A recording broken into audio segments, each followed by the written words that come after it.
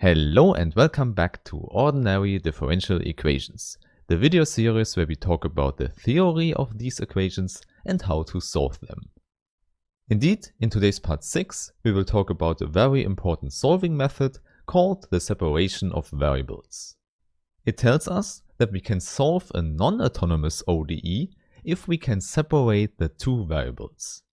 And it turns out that the whole procedure is very similar to the method of the last video. However, before we start, I really want to thank all the nice people who support the channel on Steady, here on YouTube, via PayPal or by other means. And please don't forget to download the PDF version and the quiz for this video with the link in the description. Okay, then I would say let's immediately start by considering a non-autonomous ODE. So you already know we consider explicit forms, so we can write this ODE as x dot is equal to a function w that has two variables as its input. The one is the time variable t and the other one our function x. And now you know if t is actually involved in this function w, then we speak of a non-autonomous ODE. And now the question for this method of today is, can we separate both variables on the right hand side? Now, what this question actually means, I can immediately show you with an example.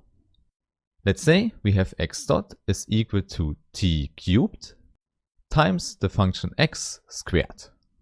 Then, in this case, we have this separation of variables because we have a product where in one factor there are only t's and in the other factor there are only x's. Of course, this is not always possible, but if it is, we can solve this one-dimensional ODE. And the method we have for that, we simply call separation of variables. And now you already know, it's applicable if the ODE can be written as x dot is equal to g of t times a function h of x. And as you might recall from the last video, we can state an ODE as an initial value problem. This means that we search for solutions that satisfy a given value. For example, we could say at the point t0, the solution should have the value x0. So now we actually choose a point in time t0 and then we say it should have a given value at this point. And now please recall from the last video, this is exactly what we call an initial value problem. Last time we have discussed that for an autonomous ODE, and now we take a non-autonomous ODE of exactly this form. So two functions g and h are involved and both should be continuous. And now I can tell you, we will do exactly the same steps as in the last video, just with one small addition. First, let's immediately go to the interesting solutions where h of x0 is not 0. Otherwise, you should see there is a 0 here on the right hand side and a constant function will be a solution immediately. In other words, this is actually the fun case where we have something to do. And indeed, the first thing we can do is to bring h of x to the other side. We know in a neighborhood of x0 we can divide by h of x. Okay, then let's see what happens if we have a solution of this ODE. And let's call it alpha, and you know t0 should lie in this domain of definition. This is a requirement of the solution, t0 should be inside this interval. Moreover, alpha should solve the initial value condition, so alpha at t0 should be equal to x0. In other words here, we can just write alpha instead of x in the ODE. However, instead of t, I now want to write s, simply because we want to do an integration again.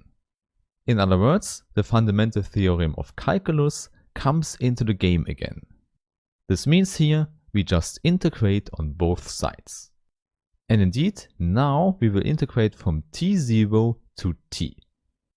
This makes sense because t0 was our fixed point in time and t is just an arbitrary point. And now you already know, on the left hand side here, we can do a nice substitution. Then the whole thing looks much easier because we just have to integrate the function 1 over h. And please don't forget, the boundaries are now x0 and alpha of t.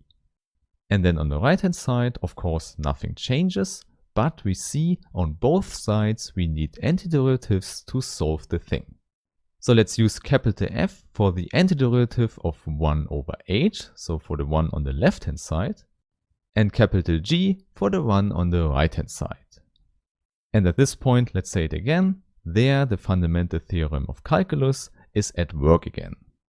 And indeed, for this theorem it does not matter which antiderivative we choose, because they only differ by an additive constant. And in fact, this helps us because we can put these two constants here and there into a single one. In other words, we simply write f is equal to g plus a constant c. So in this equation here, c could be any real number. And with that, you see we have solved the problem. We simply have to take the inverse of f now, because then we have alpha of t on the left hand side.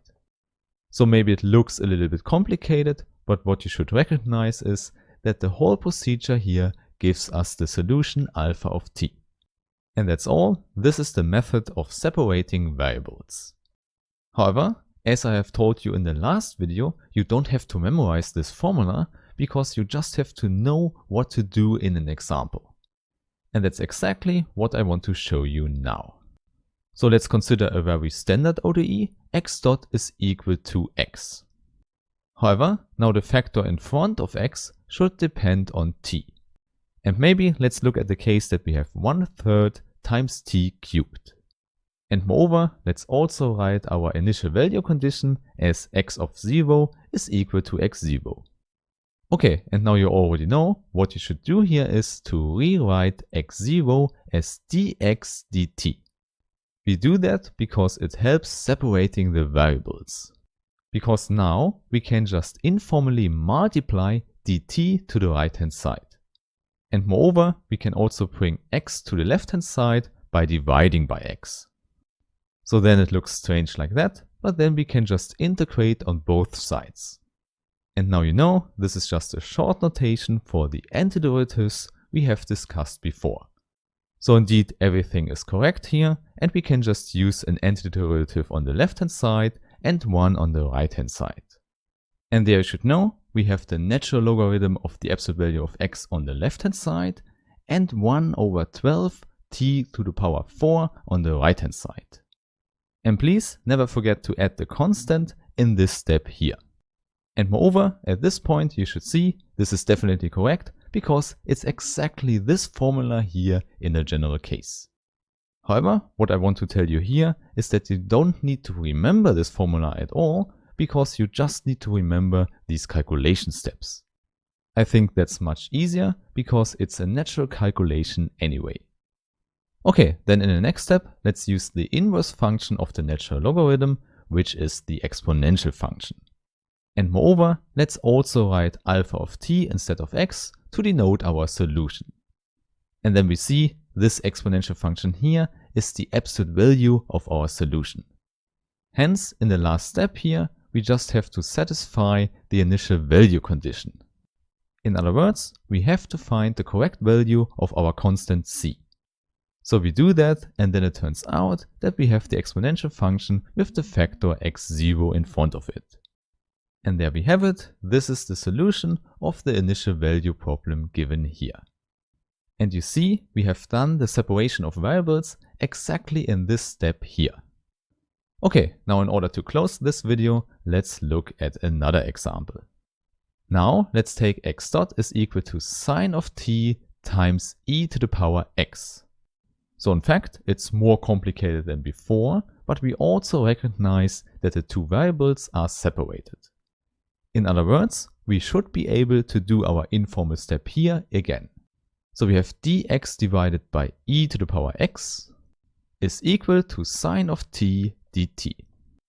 And then you already know, we write the integration symbols and go to the antiderivatives. So on the left hand side, we have minus e to the power minus x. And on the right hand side, we have minus cosine of t. And again, please don't forget to add our constant c here. And then in the next step, we just have to find the inverses again to find our solution x. Or to say it in better terms, to find our solution alpha of t. And for that we get minus the natural logarithm of cosine of t minus our constant c. And there I can tell you, sometimes it's helpful to change the constant by a factor. So in other words, you simply introduce a new constant.